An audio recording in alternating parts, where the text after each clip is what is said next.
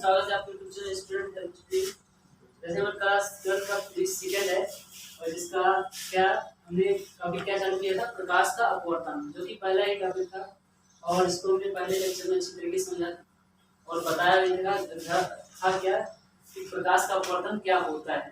ठीक है, और ये भी बताया था कि जो है प्रकाश का अपवर्तन दो प्रकार से होता है।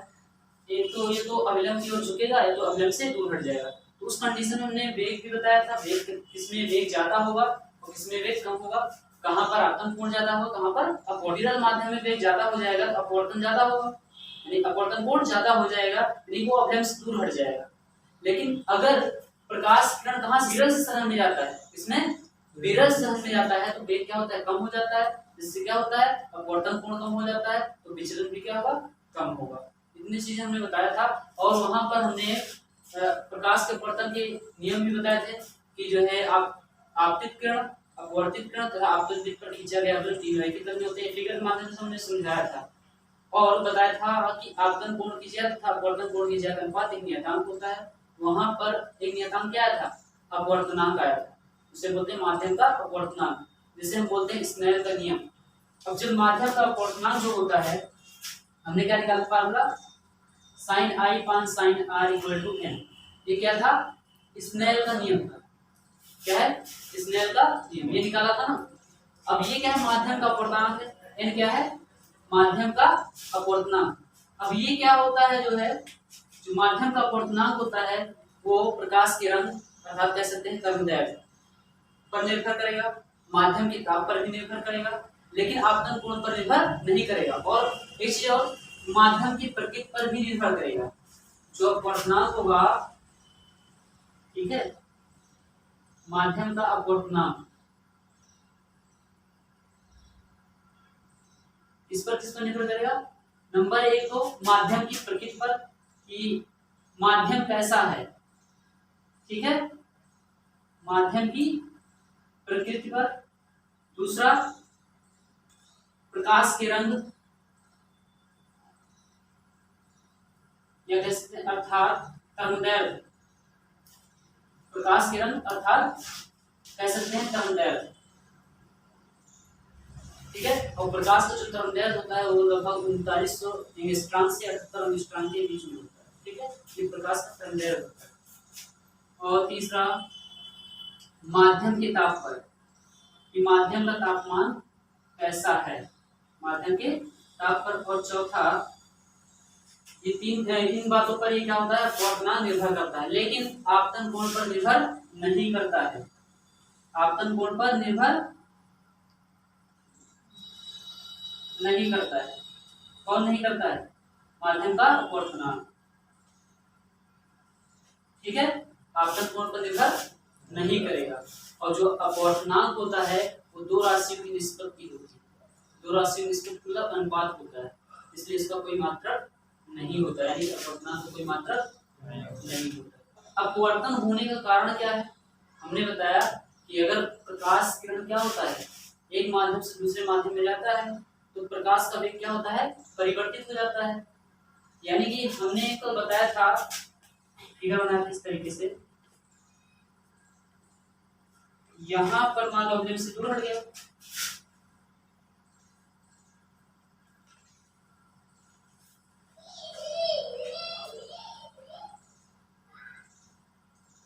यहाँ पर अवयव की ओर झुक गया। तो ये क्या था, हमारा सघन था, विरल था ना, विरल में ज्यादा विचलित होगा, अवयव से दूर हट जाएगा। इस वाले में क्या था, ये विरल था और ये सघन था। तो यहाँ पर अपवर्तन कोण कम हो रहा था, यहाँ पर अपवर्तन कोण ज्यादा हो रहा था, यहाँ पर आपतन कोण कम हो रहा था, यहाँ पर आपतन कोण ज्यादा हो रहा था। अब जब प्रकाश कहां से, सघन से विरल में जाएगा, कहां से, अपवर्तन होने के कारण बता रहे हैं, अगर प्रकाश किरण सघन से विरल में जा रहा है तो क्या होगा, अवयव से दूर हटेगा, यानी कि वेग बढ़ गया, वेग क्या हो गया, बढ़ गया, तो ये अवयव से दूर हट जाएगा, ठीक है। दूसरे वाले में अगर प्रकाश किरण विरल से सघन में गया तो वेग कम हो गया, तो विचलन कम हो गया, तब भी क्या होगा, अपवर्तन होगा, ठीक है। अगर विरल सघन में जाएगा तो अवयव की ओर झुक जाएगा। क्यों झुकेगा? क्योंकि वेग घट जाएगा। ठीक है, इतनी चीजें हैं अपवर्तन के बारे में। तो हम यहाँ शुरू करते हैं वेंची स्नेल के नियम से। ठीक है, अभी हम इसको लिखा देंगे। अब अपवर्तनांक जिस पर निर्भर करता है। ठीक है, अभी फिर से लिखा देंगे। तो यहाँ पर क्या आया था स्नेल का नियम, sin i / sin r = 10। ठीक है, मान लेते हैं दो माध्यम है, माना दो माध्यम 1 व 2। दो माध्यम क्या है? 1 व 2। अगर हम इसको इस तरह लिखें 1n2, इसका मतलब क्या हुआ?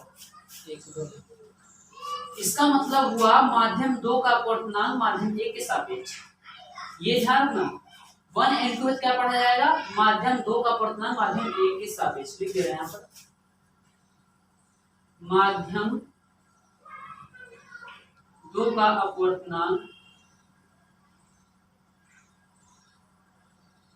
माध्यम 1 के सापेक्ष।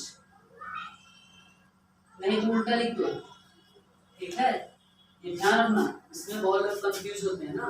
तो ये ध्यान रखना कि माध्यम जो बाद में है, माध्यम 2 यानी इसका अपवर्तनांक इसके सापेक्ष, बाद वाले का अपवर्तनांक पहले के सापेक्ष। ठीक है, तो इसको हम लिख क्या सकते हैं? 1n2 को लिख क्या सकते हैं? लिखेंगे n2/n1। क्या लिखेंगे? n2/n1। ठीक है, ये हो गया माध्यम 2 का अपवर्तनांक माध्यम 1 के सापेक्ष। अगर हम निकालें क्या, जो है उल्टा कर दें, माध्यम 1 का अपवर्तनांक किसके सापेक्ष? माध्यम 2 के सापेक्ष। माध्यम 2 के सापेक्ष। अब यहाँ पर उल्टा हो गया, यहाँ माध्यम 2 का अपवर्तनांक माध्यम 1 के सापेक्ष था, यहाँ माध्यम 1 का अपवर्तनांक माध्यम 2 के सापेक्ष। तो क्या हो जाएगा? 2n1 हो जाएगा। और इसको क्या लिख दिया जाएगा? n1/n2। n1/n2। अब देखो यहाँ पर n2/n1 क्या है? 1n2 है। तो अगर हम इसको लिखना चाहें कैसे? 2n1 = 1/1n2 लिख सकते हैं। ध्यान से देखो, अच्छा एक थोड़ा स्टेप में और पढ़ा दो। अगर इसको हम क्या कर दें, यहाँ पर ध्यान से देखो, n2/n1 वैल्यू कितना है? 1n2 है जी। और इसको अगर हम उल्टा लिखना चाहें क्या लिख सकते हैं? 1/n2/n1 लिख सकते हैं। लिख सकते हैं नहीं? जी जी। ध्यान से देखो, अगर हम इसको इस तरह लिख दें, n1 क्या बटे बटे में चला गया, ये अगर फिर से वही हल करें, n1 ऊपर जाएगा, n1 ऊपर n2 नीचे, तो वही फिर से आ जाएगा n1/n2 आ जाएगा नहीं। अब n2/n1 का वैल्यू क्या है? 1n2 है। यहाँ पर n2/n1 का वैल्यू 1n2 है। क्या है? 1n2। यहाँ पर क्या आ जाएगा? 2n1 = क्या? 1/1n2 हो जाएगा। और इसको इधर ले आओ, क्या हो जाएगा? 1n2 × 2n1 = 1। कितना आ गया?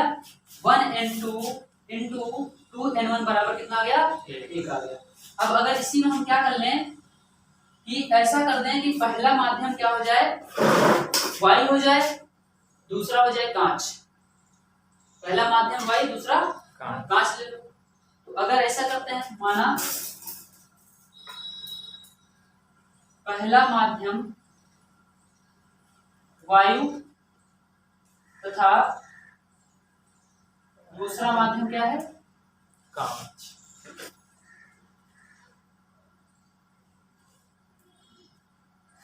कांच है। वायु को ए से लिखेंगे, कांच को जी से लिखेंगे। इस माध्यम से लिखेंगे, जी का मतलब ग्लास, ए का मतलब एयर। ठीक है, तो अगर हम इसी में फार्मूला लगाएं, तो अगर हम निकालें क्या? ANG, क्या निकालें? ANG। ANG मतलब कांच का अपवर्तनांक वायु के सापेक्ष। कांच का अपवर्तनांक वायु के सापेक्ष। कांच का अपवर्तनांक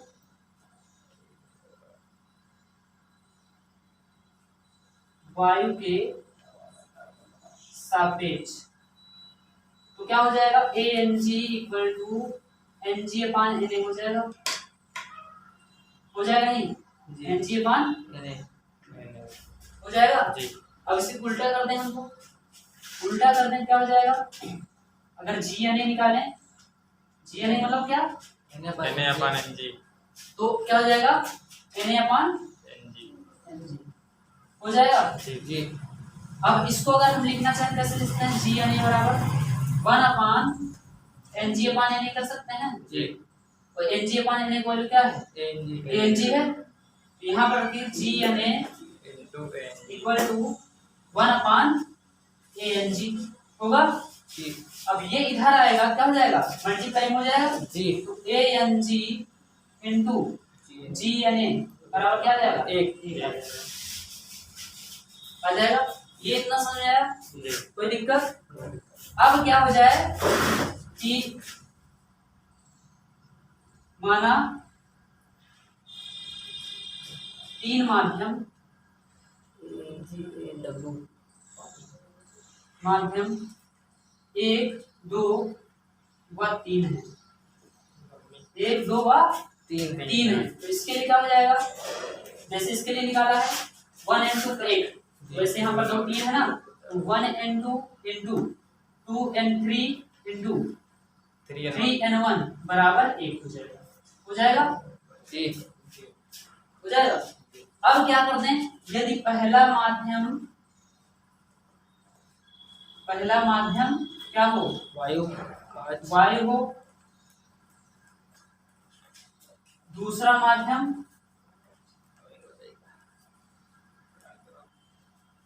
जल हो और तीसरा माध्यम कांच हो, ठीक है जी। पहला माध्यम वायु, दूसरा माध्यम जल, तीसरा माध्यम कांच हो, तो ए एन डब्ल्यू होगा, ए एन डब्ल्यू गुणे डब्ल्यू एन जी गुणे जी एन ए बराबर 1 आएगा जी। यहाँ पर ध्यान से देखो जी एन ए का वैल्यू क्या है, ए एन जी है जी बराबर है ना, तो अगर यहाँ से हम ये वैल्यू यहाँ पर इसको ये क्या होगा, क्या निकला हमारा A N W N G into G N A equal to 1। अब इसका मतलब क्या हुआ, इसको अगर आगे हम सॉल्व करें तो ये इसका मतलब हुआ कि जल का अपवर्तनांक वायु के सापेक्ष, कांच का अपवर्तनांक जल के सापेक्ष और वायु का अपवर्तनांक कांच के सापेक्ष बराबर में 1, इन तीनों पूरा क्या हो जाएगा 1 हो जाएगा। तो अगर हम क्या कर दें, जो है क्या दिया है A N W N G into G N A बराबर 1 है।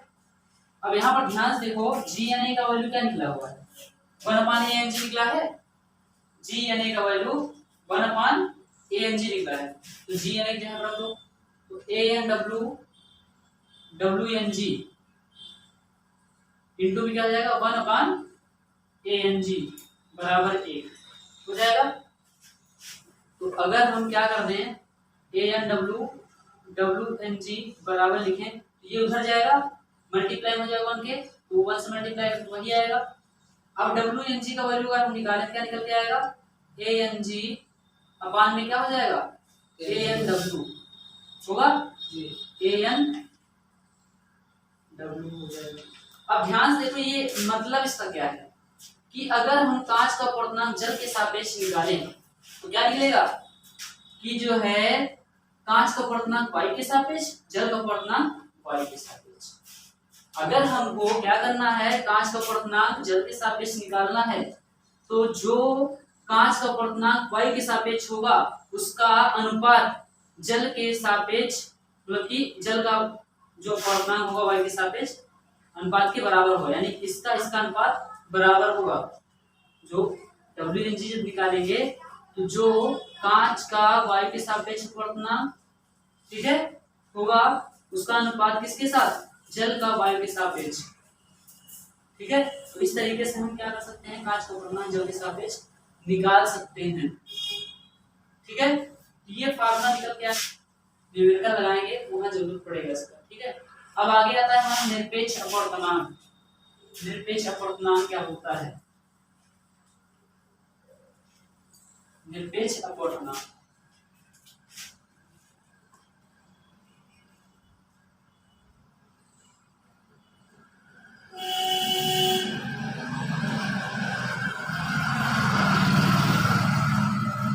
अब हमको पता है प्रकाश किरण क्या होता है। निर्वात से चलकर जब किसी माध्यम में प्रवेश करता है, निर्वात से चलकर क्या होता है, जब किसी माध्यम में क्या करता है, प्रवेश करता है, उस माध्यम का, ठीक है, निर्वात से चलकर जिस माध्यम में प्रवेश कर रहा है उस माध्यम का निर्वात के सापेक्ष जो अपवर्तनांक होगा क्या कहलाएगा? निरपेक्ष अपवर्तनांक कहलाएगा। लिख दे रहे हैं यहाँ पर, जब प्रकाश किरण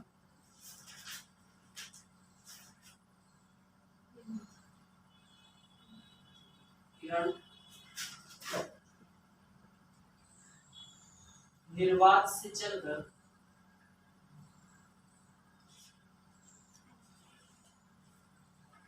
किसी माध्यम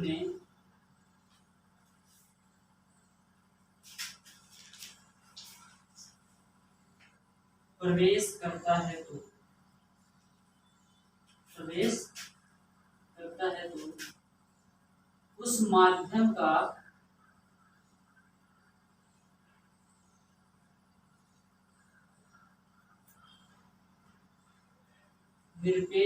निर्वात के सापेक्ष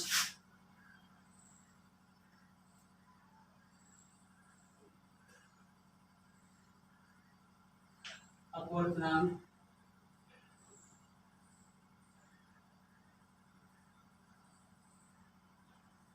निरपेक्ष अपवर्तनांक कहलाता है।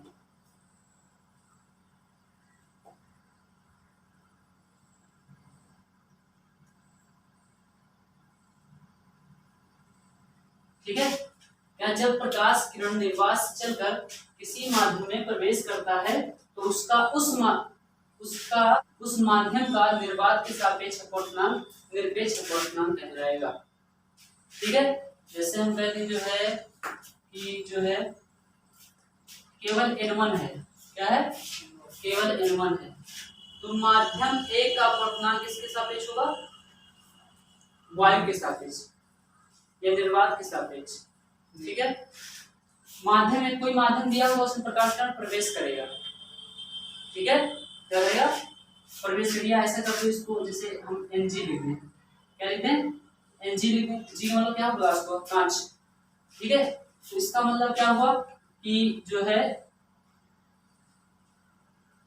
निर्वात में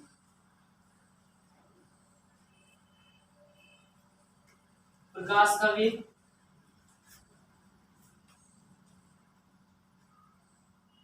माध्यम क्या है हमारा, किस माध्यम में प्रवेश कर रहा है? कांच में।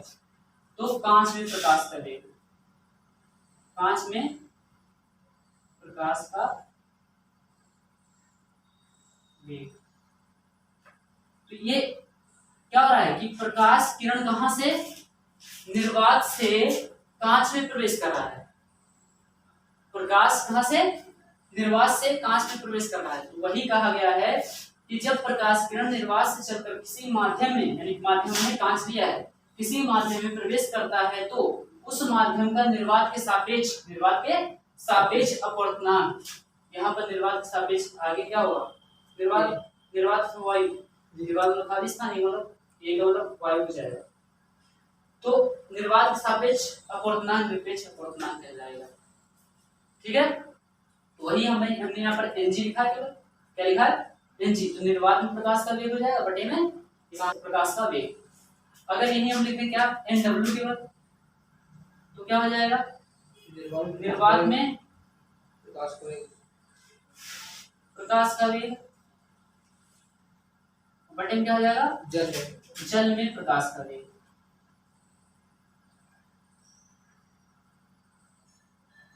तो प्रकाश का वेग क्या हो जा रहा है? माध्यम चेंज होगा, प्रकाश का वेग भी क्या हो जाएगा? चेंज हो जाएगा, और इसी के कारण अपवर्तन होगा। इसी के कारण क्या होगा? अपवर्तन होगा। ये इतनी बात समझ में आई? ये समझ में आ गया? ठीक है, पहले अब जो अपवर्तनांक होता है किन किन बातों पर निर्भर करता है, तो यहाँ लिख रहे हैं माध्यम का अपवर्तनांक, माध्यम का अपवर्तनांक। नंबर 1, माध्यम की प्रकृति, माध्यम की प्रकृति, कि माध्यम कैसा है, कांच में जल है, कुछ भी हो सकता है ना माध्यम। माध्यम की प्रकृति, प्रकाश के रंग, प्रकाश के रंग अर्थात तरंगदैर्घ्य,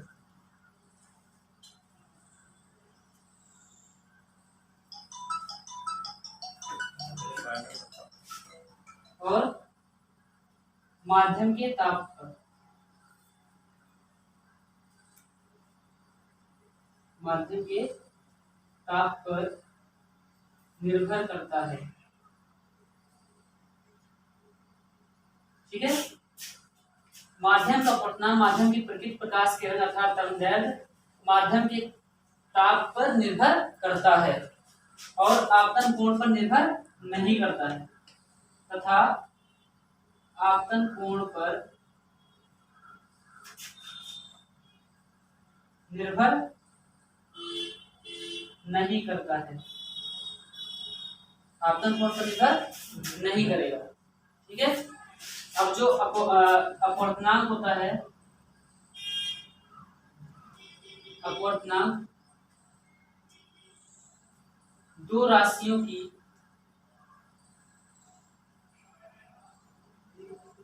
निष्पत्ति होती है, मतलब अनुपात, निष्पत्ति होती है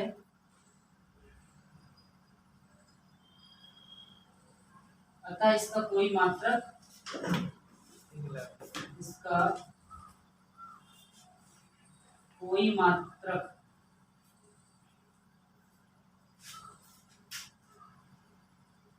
नहीं होता है। ठीक है, माध्यम का अपवर्तनांक माध्यम की प्रकृति, प्रकाश के रंग अर्थात तरंगदैर्घ्य माध्यम के ताप पर निर्भर करता है, आपतन कोण पर निर्भर नहीं करता है। अपवर्तनांक दो राशियों की निष्पत्ति होती है अतः इसका कोई मात्रक नहीं होता है। ये अपवर्तनांक के बारे में मान लो कि अपवर्तनांक किन बातों पर निर्भर करता है, इस पर निर्भर नहीं करता। ये हो गया, तो हम क्या करेंगे, अपवर्तनांक और प्रकाश के बीच संबंध निकालेंगे। अपवर्तनांक तथा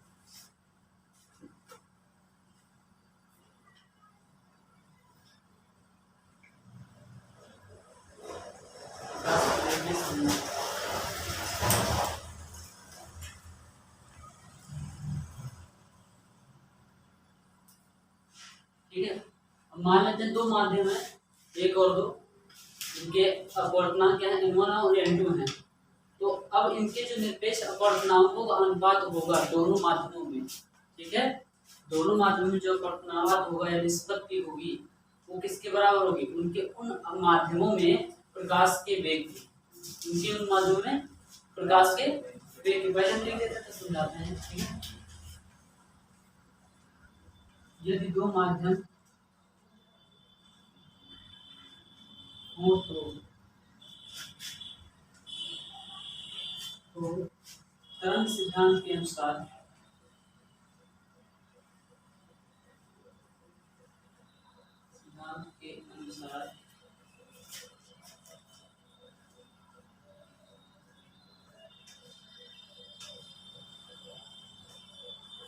उनके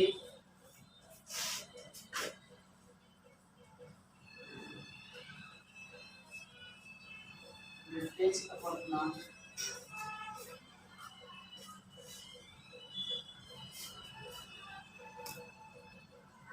का अनुपात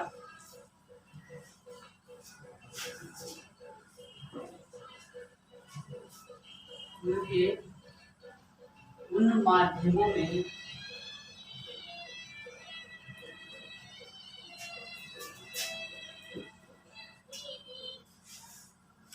वेग के अनुपात के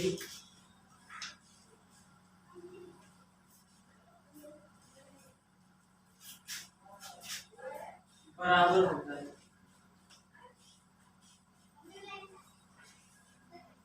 ठीक है, ये दो माध्यम हो तो तरंग सिद्धांत के अनुसार उनके निरपेक्ष अपवर्तनांक का अनुपात होगा जो होगा उनके उन माध्यमों में प्रकाश के वेग के अनुपात के बराबर होगा। अब मान लेते हैं माना दो माध्यम क्या है, 1 व 2 है। माना दो माध्यम 1 व 2 है जिनके निरपेक्ष अपवर्तनांक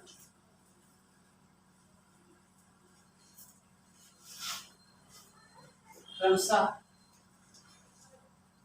n1 व n2 है। ठीक है, n1 व n2 है तथा पहले माध्यम में प्रकाश का वेग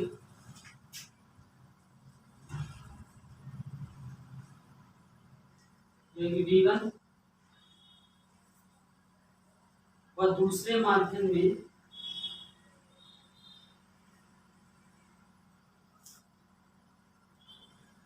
प्रकाश का वेग v2 है। ठीक है, मान लिया हमने दो माध्यम है जिनके निरपेक्ष अपवर्तनांक क्रमशः क्या है, n1 और n2 है और पहले माध्यम प्रकाश का वेग क्या है, v1 है, दूसरे माध्यम प्रकाश का वेग v2 है। तो अगर हम निकालें क्या माध्यम 2 का माध्यम 1 के सापेक्ष अपवर्तनांक, 1 के सापेक्ष अपवर्तनांक, ठीक है, माध्यम 2 का माध्यम 1 के सापेक्ष अपवर्तनांक यानी कि 1n2। तो इसको हमने अभी बताया था कि n2 है बाद में 1 पहले है, 2 बाद में 1 पहले है। तो जिसमें प्रकाश किरण जाएगा उसको ऊपर लिखेंगे और जहां से जाएगा उसको नीचे लिखेंगे। किसमें जा रहा है, 2 में जा रहा है, माध्यम 1 से 2 में जा रहा है तो 2 वाला पहले ऊपर लिखा जाएगा और जिससे जाएगा उसको नीचे लिखेंगे। तो क्या लिख सकते हैं इसको n2/n1 यानी कि लिख सकते हैं माध्यम 2 में अपवर्तनांक बटे माध्यम 1 में अपवर्तनांक।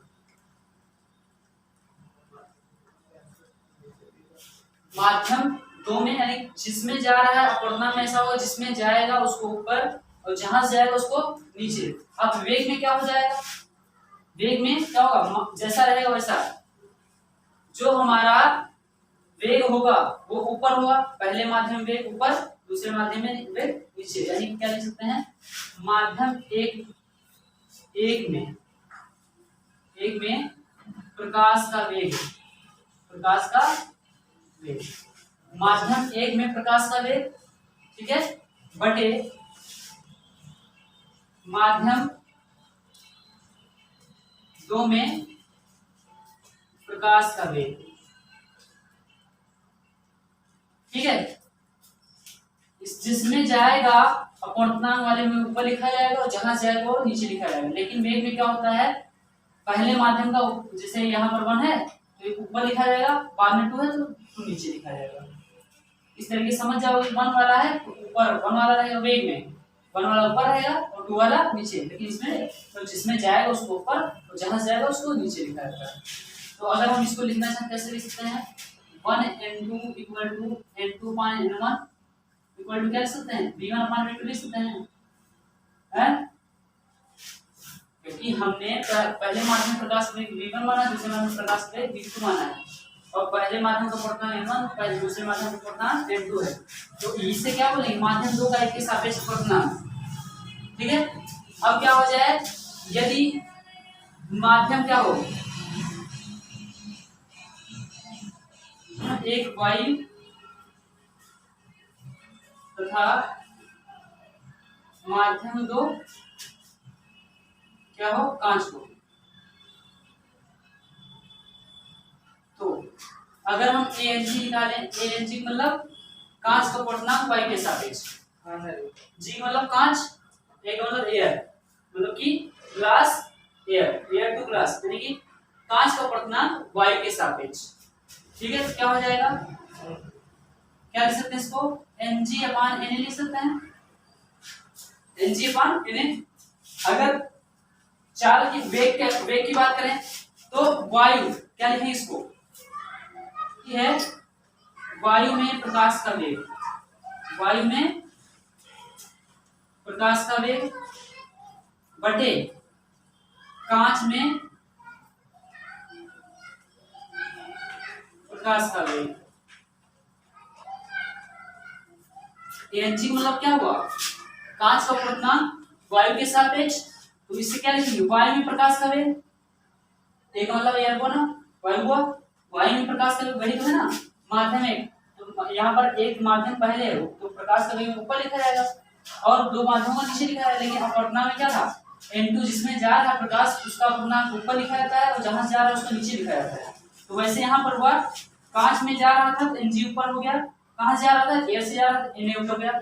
और अब वेग की बात करें तो कांच में मतलब कि वायु में प्रकाश का वेग निकालेंगे और बटे में कहां जा रहा है, कांच में जा रहा है, तो वो वाला वेग नीचे हो जाएगा।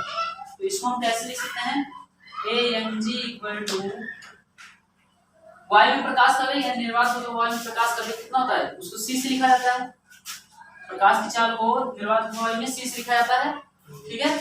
और अगर कांच में प्रकाश का वेग लिखें तो क्या लिखेंगे, Vg लिख सकते हैं, Vg का मतलब कांच में प्रकाश का वेग।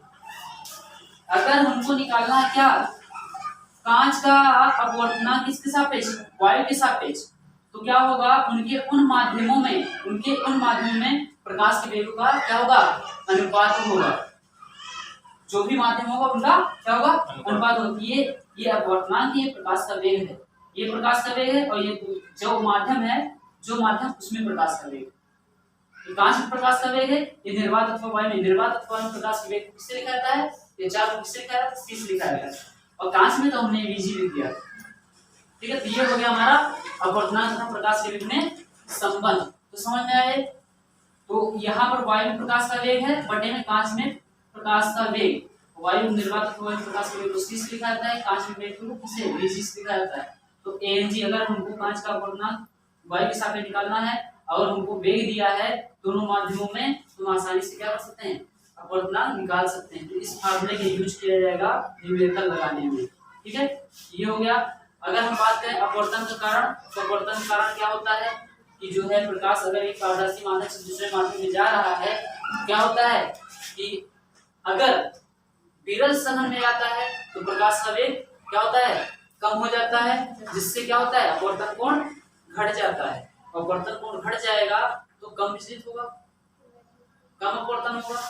अगर प्रकाश किरण सघन से विरल में जाएगा तो क्या होगा, प्रकाश का वेग बढ़ जाएगा और विचलन ज्यादा हो जाएगा, यानी प्रकाश ज्यादा विचलित हो जाएगा। तो अपवर्तन का मेन कारण है प्रकाश के वेग का भिन्न भिन्न माध्यमों में भिन्न होना, ठीक है। ये हमारा क्या हो गया, अपवर्तनांक का प्रकाश के वेग में संबंध क्या आया, Ang = C/Vg। इस फार्मूले का प्रयोग किया जाए तो न्यूमेरिकल लगाने